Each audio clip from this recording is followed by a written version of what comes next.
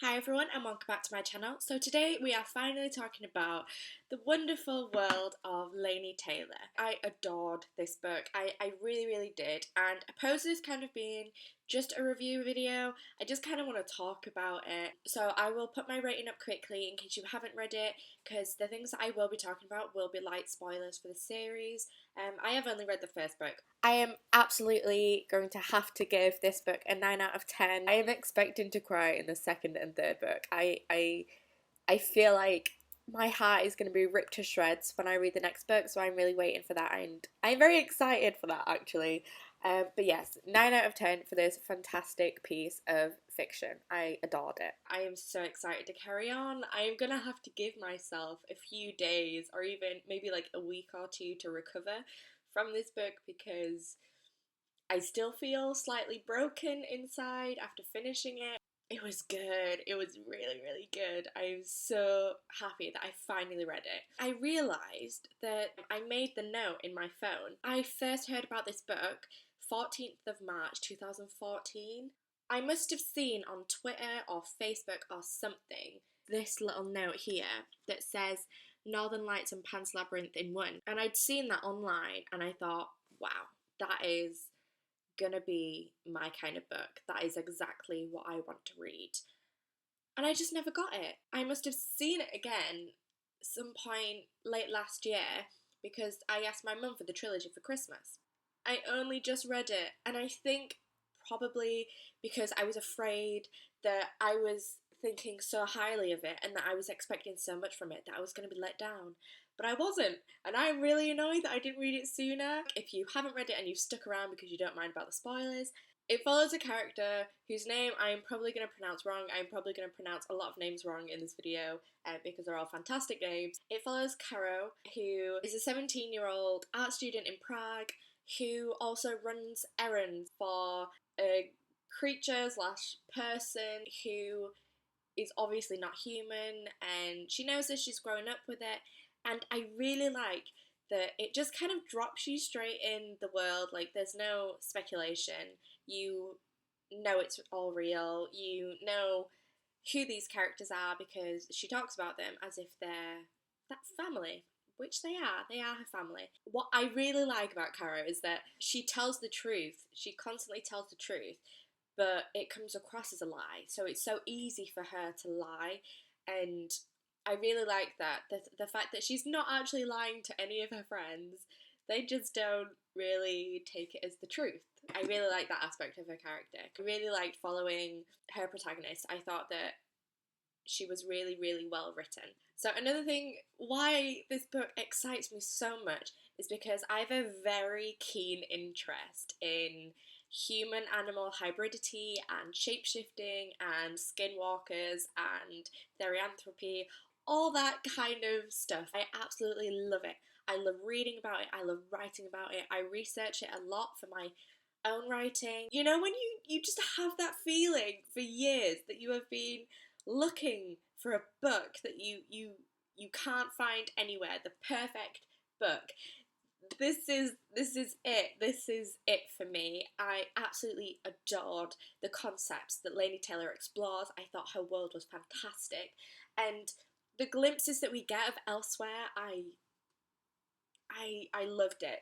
So as well, Laini Taylor explores the concept of seraphim, which are angels. Now I love angel mythology as well, and I really like the idea that our conceptions of angels and demons are taken from the physical image of the chimera and the seraphim. It was just touched on very lightly in the book, which I'm really grateful for. I didn't want to go in too much into the biblical imagery of it all. I like the idea that our religions and our strict beliefs come from the sightings or minimal knowledge of these other worldly creatures. I really like that because obviously for millennia our world has been ruled by religion. This book also explores the idea of reincarnation as well, which I love. I'm so glad that Laini Taylor touches on it, or the plot relies on this reincarnation and the idea that she is so close to her old life the entire way through her new life. I thought it was an incredible device. I thought it was really, really good. I really, really enjoyed it. I enjoyed everything about this novel. I cannot wait for her to get to the other world. I am so excited to see more of this world, and kind of, I want to see the end of this war. I want it to be over.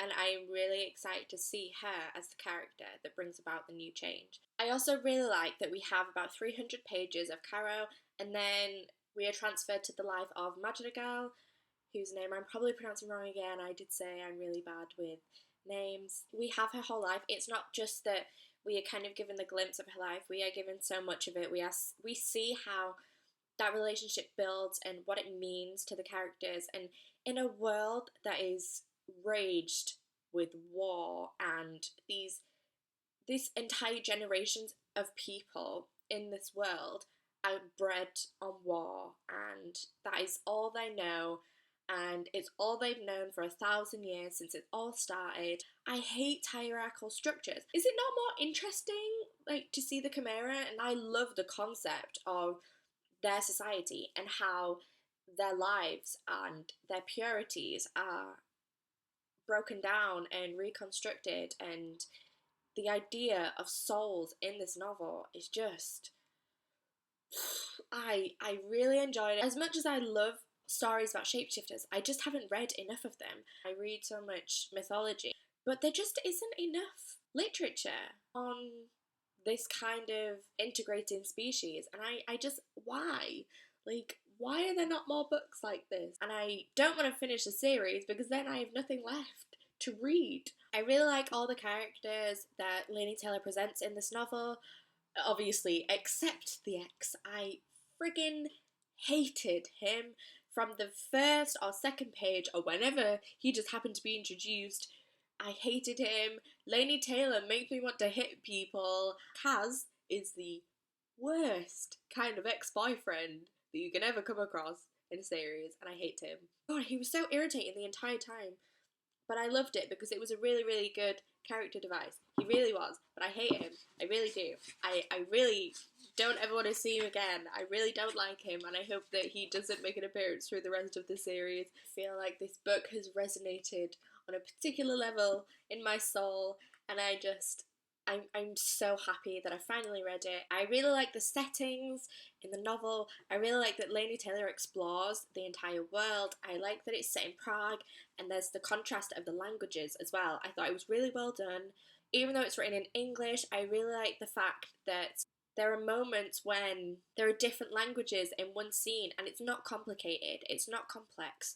You understand that they're speaking in different languages, and it's very well explored. I like the fact that Caro uses her wishes to have 25 different languages. I think it's really incredible that she's done that. But it makes sense because she travels the world on errands, and it was so well done. When Akiva and Susanna meet in the cafe and they're talking in different languages, and Karou kind of chooses what to translate, what not to translate, and it's quite clear that what she's not translating is about Akiva, and it's really funny. I really like that scene in the novel. I thought it was really, really nicely done. I thought it was a really nice representation of two of the important characters in Karou's life as well. I'm so excited to see more of Madrigal and that life that she had. The way that she incorporates the two lives for that one soul in the next novel, I'm really excited to see how Laini Taylor does that. Also, are they oh, this is like a huge spoiler, and I'm really sorry. You can turn this video off now if you want to. But are they dead? Like, don't tell me, but are they really dead? Because, as we all know, no bodies, no death, right? That is still a rule in fantasy literature, isn't it? Like, are they all dead? Are they really? Like, she's gonna go there and find them again, right? They're not all dead. They can't be dead. They're not dead. Are they? I really don't want them to be dead. I really like Brimstone and Isa, and I really like them all. Please tell me they're not dead. No, don't tell me. Don't tell me. I really don't want them to be dead. I really like them. And how could their relationship possibly get better if they are actually dead? But he said that he... No, okay. I'm gonna have to stop thinking about it now because it's driving me a little bit mad thinking about it. Okay, stop. I really like the way the wishes are explored in this book as well. If you wish for something, it might not necessarily present itself in the same way that you want it to. You have to be very careful with wishes.